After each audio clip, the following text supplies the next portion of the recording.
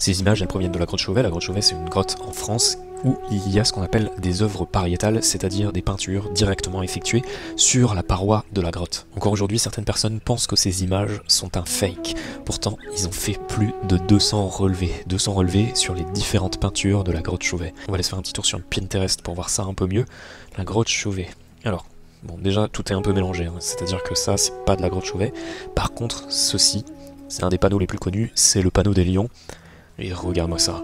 Est-ce que ça en jette pas carrément? Tout ça, ça a été daté d'il y a plus de 30 000 ans. Et ce qui se passe avec la grotte Chauvet, c'est que ça a complètement chamboulé notre vision de l'histoire de l'art. Pourquoi? Parce que même si on connaissait des œuvres comme, par exemple, Lascaux, depuis le début, depuis à peu près les années 1940, ça, je sais pas ce que c'est, enfin c'est pas Lascaux, il me semble pas. Ça en revanche, ça l'est. Et ça aussi. Et tu vois, Lascaux, ça venait pas trop troubler notre vision de l'art, qui est une évolution constante qui nous amène petit à petit jusqu'à des œuvres de plus en plus abouties, comme celle de Picasso, comme celle de Raphaël. Bref, chacun apportera ses jugements de valeur, mais en gros, plus on avance dans le temps, plus la peinture devient fine, plus l'art progresse. Sauf que quand Chauvet a débarqué, quand on a découvert ça dans les années 1990, en 94 il me semble, ou un truc dans le genre, ça a complètement chamboulé notre vision. Pourquoi ? Parce qu'il y avait un niveau de détail qu'on ne s'attendait pas, qu'on n'avait pas encore découvert ailleurs, un niveau d'expression qu'on n'avait pas encore découvert ailleurs. Regarde, là, par exemple, pour ces rhinocéros, on peut se demander pourquoi il y avait cet effet là, comme ça, de différentes cornes qui se superposent presque. Qu'est-ce qu'il voulait dire? Qu'est-ce qu'il voulait créer avec ça? Probablement, peut-être du mouvement. À la clarté d'un feu, ça devait produire des sortes d'effets. Regarde, on voit même le dos comme ça qui est répliqué à plusieurs reprises. Ou encore ces lions, avec ce détail d'avoir peint comme ça les deux yeux, et puis le chanfrein également de l'œil. Je suis pas certain qu'on dise ça pour un lion, mais il me semble.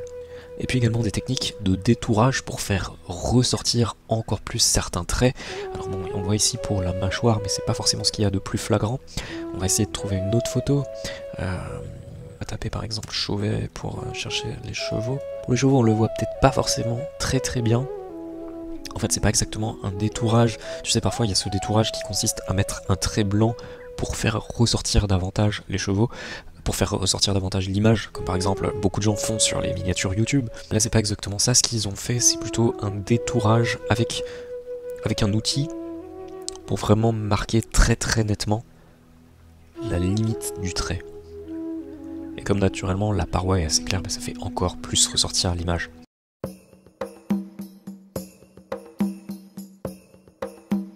Tu vois, au-delà de la technique, je trouve que moi ça repose la question de l'émotionnel.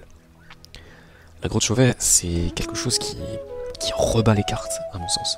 Ça rebat les cartes à plusieurs niveaux. Tu vas voir, on va y aller crescendo jusqu'au niveau qui, je pense, m'intéresse le plus. Un premier niveau, c'est déjà qu'est-ce qu'il peignait. Les Chauvet sont principalement des animaux, il y a aussi des vulves qui sont représentées, mais il n'y a pas directement de figure humaine, ça c'est déjà fort, alors qu'aujourd'hui on voit que notre art il est vraiment focalisé sur l'humain. Et pourquoi? Parce que probablement les personnes peignaient en fait ce qu'elles côtoyaient, c'est-à-dire les animaux, ce qu'elles avaient vraiment dans leur environnement, dans le sens où quand elles sortaient de la grotte, c'était probablement beaucoup plus commun de voir un animal que de voir un autre humain de son groupe par exemple.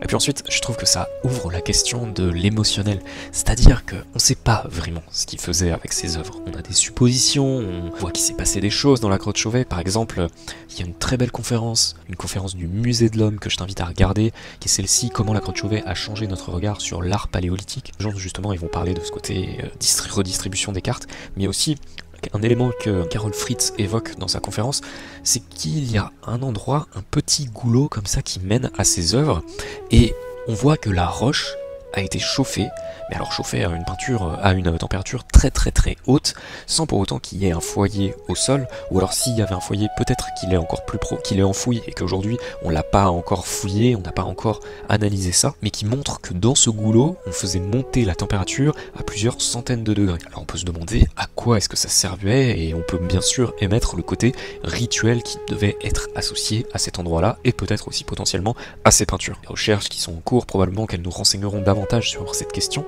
mais quoi qu'il en soit, peut-être que ça nous dira pas dans le détail à quoi elle servait. Cela dit, je trouve que naturellement, quand on regarde ces œuvres, on peut se poser la question de qu'est-ce que ça nous évoque. Et personnellement, quand je les regarde, tu sais, je retrouve ce côté organique, ce côté de waouh, mais en fait, ils ont été chercher un dosage de style qui fait que on n'est pas dans la représentation hyper précise de l'animal.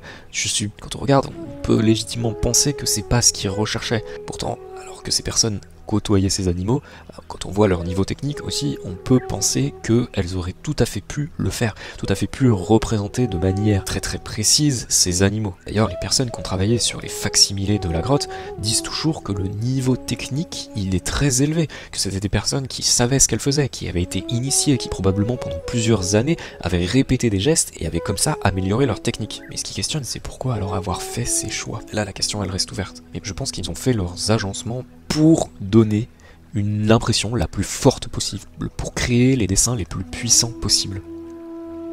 Je pense que si ces chevaux sont alignés par exemple de cette manière, ce n'est pas un hasard, c'est pour créer une image, pour en même temps laisser de la place à l'imaginaire, créer de la suggestion. Tu sais, dans ce côté un peu flou, ne pas être hyper précis, mais j'ai envie de dire c'est tant mieux et c'est légitime. Pourquoi ? Parce que dans ces espaces, pas forcément précis, eh bien c'est là que notre imaginaire va s'insinuer, c'est là qu'il va raccommoder les choses, raccommoder les éléments pour créer nos propres images, créer nos propres émotions. Si tu tombes devant quelque chose de pas d'hyper précis, en général il y a un côté un peu ennuyeux. Alors que là, il y a un peu ce flou, il y a ce côté stylisé des animaux, tu vois, les formes des cornes par exemple, un style, il y a une petite exagération également quand on regarde les rhinocéros, avec là par exemple, tu vois, cornes complètement exagérées. Bien sûr que c'est fait exprès, bien sûr que c'est schématiquement voulu. Et ça dérange. Pour certains, bien sûr, ça dérange. Remettre en cause de la sorte l'histoire de l'art, ça peut être gênant. Et même des scientifiques, a priori aujourd'hui, en doutent encore. Regarde. La polémique est toujours présente. Il y a des personnes qui ne croient toujours pas dans les dates anciennes de cette grotte.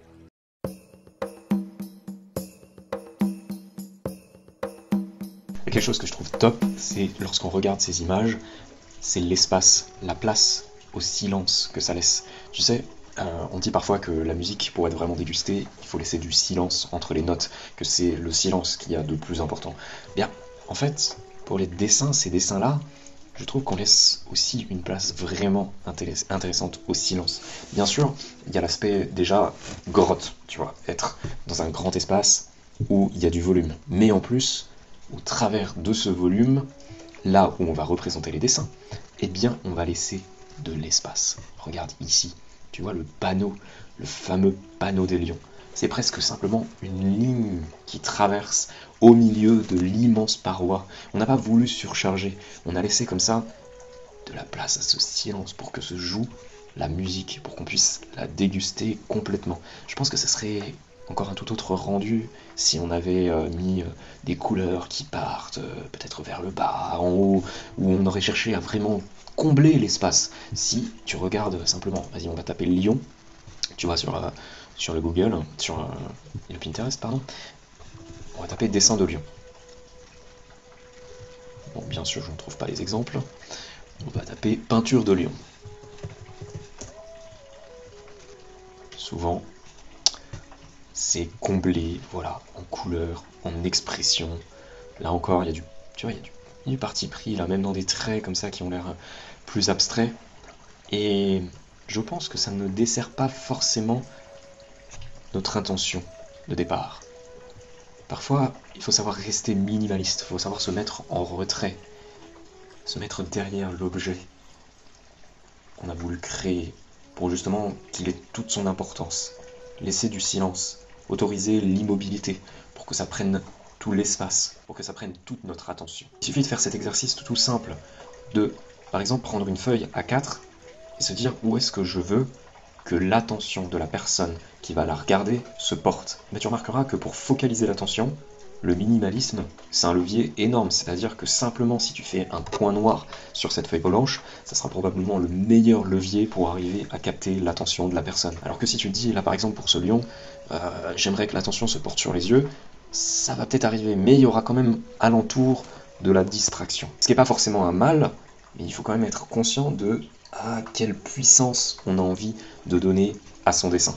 Et je pense que là, justement, en termes de puissance, on aurait beaucoup à dire sur la grotte Chauvet. Pourquoi je considère que ce sont des dessins puissants ? Parce que, tu sais, associé à ce côté puissant, je vois qui te donne une énergie particulière, qui te met dans une certaine disposition, qui t'amène par exemple à bouger, à entreprendre. Personnellement, quand je regarde ces panneaux, ça me Ça m'invite, tu vois, à revenir à la terre, à revenir à l'organique. Ça me donne des envies de voyage, des envies de contemplation, de contempler ces animaux, de les représenter. D'ailleurs, c'est un exercice auquel je me suis consacré ces dernières semaines, à représenter ces animaux, à voir si moi-même, alors que je faisais cet exercice, j'arrivais à obtenir les mêmes résultats. Et c'est assez fort, tu vois, juste de dessiner ces animaux-là, de les mettre comme ça sur un mur, j'arrive à cet aspect où pour moi l'indicateur du côté puissant, c'est je regarde le dessin et je vois que ça me met dans une disposition particulière, ça me donne une énergie particulière. Tu sais, simplement parce que je suis touché, parce que par la suggestion comme ça de représentation d'animaux, où on ne sait pas exactement ce que c'est très suggestif, tu sais, notre esprit va raconter une histoire. Ok, là on voit que c'est des lions, mais qu'est-ce qui se passe alentour? C'est quoi? C'est une avancée, c'est une traque, c'est une chasse qui se prépare? Est-ce qu'ils sont en train de se focaliser sur une proie pour leur survie? Tout ça, c'est des choses qu'on va se raconter et qui vont créer ces émotions particulières, qui vont commencer à échauffer notre imaginaire, le faire marcher, créer un lien particulier, surtout avec ces animaux-là, qui sont des grands prédateurs, qui incarnent une forme de puissance, avec lesquels on peut avoir un rapport particulier. Tu sais, dans l'art pariétal, c'est assez rare de voir des représentations, par exemple d'oiseaux, par exemple de poissons, mais d'insectes, on n'en parle pas, ça existe quasiment jamais. Pourquoi? Parce qu'on va représenter justement les animaux qui sont les plus gros, les animaux qui représentent pour nous quelque chose, les animaux qui sont aussi plus proches de nous, plus proches quelque part de notre mode de vie. Et pour même aller plus loin, je me faisais une réflexion récemment, qui est qu'aujourd'hui, dans nos vies occidentales, par exemple en France, je pense qu'il manque cette place de grands prédateurs. Des grands prédateurs, tu vois, qu'on pourrait avoir sous les yeux, qu'on pourrait voir en mouvement, où on sait qu'ils sont là, on sait qu'une chasse peut se préparer, peut-être qu'on peut l'apercevoir. Et même qu'en nous, on sait que lorsqu'on va dans tel endroit, par exemple une forêt ou par exemple dans une montagne, on sait qu'ils peuvent être présents, que ça représente un certain risque, que ça nous impose leur respect quelque part. Je suis persuadé que ceci nous reconnecterait davantage à la nature, que c'est une des plus grosses pertes qu'on ait pu avoir, d'avoir fait disparaître le loup, disparaître l'ours qui vivait normalement à nos côtés. Ça nous a replacés encore plus au centre de l'histoire. Mais ça, je pense pas que ce soit très bon. Je pense qu'au contraire, on gagne à côtoyer d'autres forces, d'autres démonstrations de force, mais des forces qui sont vraiment explicites, celles de grands prédateurs qui vont à la chasse, qui ont des territoires, qui défendent leur territoire. Ceci, ça a le potentiel, je pense, de redonner de la texture à notre environnement, de l'organique, du respect, une autre hiérarchie dans la chaîne alimentaire. Ça, en Russie, parfois les personnes font ce qu'on appelle du samagone. Je sais pas si on va trouver ça. Il faudrait que je le tape en cyrillique, ça n'a rien à voir avec ça. En fait, c'est plutôt un alcool qu'on va faire à la maison. Si tu veux, sam, ça veut dire c'est ce qui va te ramener à soi. Et gon, c'est le feu. Dans l'idée de créer son propre feu. En somme, tu te fabriques avec ton alcool ton propre feu. Eh bien, je pense qu'avec ces peintures, l'idée peut être la même. Créer son propre feu en dessinant, en regardant ces images. Et un feu qui va naître de la représentation et surtout de la suggestion de l'espace qu'il y a pour que l'on fasse marcher notre imaginaire, que l'on puisse nous raconter notre propre histoire, créer notre propre feu. Et pour illustrer cet aspect de suggestion, je voudrais te lire un passage de Voyage au bout de la nuit de Céline. Avec ma mère, nous fîmes un grand tour dans les rues proches de l'hôpital. Un après-midi, à marcher en traînant dans les ébauches des rues qu'il y a par là, des rues aux lampadaires pas encore peints entre les longues façades suintantes. Cet extrait, je t'invite à le lire. Et regarde, ici, à marcher en traînant. Ça veut rien dire, cette association. Marcher en traînant. C'est à toi de l'imaginer, ce que ça peut représenter. Ce truc de marcher, rentrer dans... C'est à partir de ce moment-là où justement ça va signifier quelque chose. Mais ça va signifier quelque chose qui va être très personnel. Tellement personnel que c'est pour ça que ça va être touchant. Parce que c'est toi qui vas le créer. Et dans le sens où c'est toi qui vas le créer, tu vas le créer parce que ça va être une image qui te parle. Et à mon sens, ça sera beaucoup plus fort. Ça va créer une ellipse en fait, tu vois, ce raccourci entre ce qui se passe vraiment dans la situation et toi, comment tu l'imagines, comment tu l'interprètes. S'il avait dit simplement à marcher avec nos pieds qui raclaient au ras du sol, qui faisait que nous n'entendions qu'à peine le bruit des semelles, peut-être que ça peut le faire, mais à mon sens, on va perdre en force. Parce que, au lieu d'imaginer, là, il va fournir des informations et je crois que ça va s'alourdir. Et justement, on va y perdre en puissance. Un autre exemple, ça peut être chez La Fontaine, dans Le Serpent et la Lime. Tu sais, cette fable qui commence comme ça. On compte qu'un serpent, voisin d'un horloger, c'était pour l'horloger un mauvais voisinage, entra dans sa boutique et cherchant à manger, n'y rencontra pour tout potage, tu vois.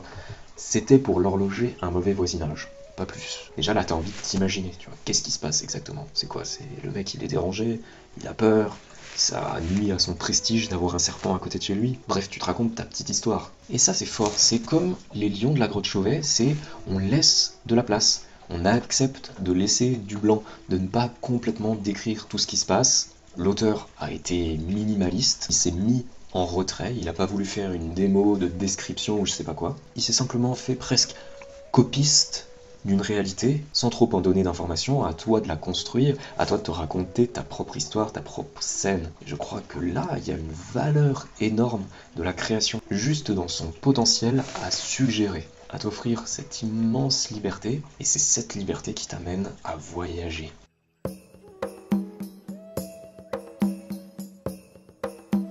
Alors je voudrais t'inviter à cet exercice pratique de toi-même. Comment est-ce que tu peux mettre davantage de blanc, comment est-ce que tu peux mettre davantage d'espace, de silence dans tes œuvres pour autoriser cette liberté, pour permettre aux personnes qui vont les voir lorsque tu vas les partager, de profiter de ces suggestions pour s'embarquer dans un voyage. Pour ça, la question centrale, ça va être de faire confiance, de te faire confiance à toi, faire confiance à ta production, à tes écrits par exemple, et leur potentiel de suggestion. Et si tu souhaites t'échauffer, les commentaires sont tout à toi. Je partage également une newsletter. Dans cette newsletter, tous les mois, j'envoie un mail où on va beaucoup plus loin en termes de technique, par exemple comme celle-ci, où on parle de la suggestion, où il y a davantage d'exemples, où l'idée est de progresser pour aller vers cet état de créateur inarrêtable. Si c'est quelque chose qui t'intéresse, t'as simplement à t'inscrire, le lien est dans la description.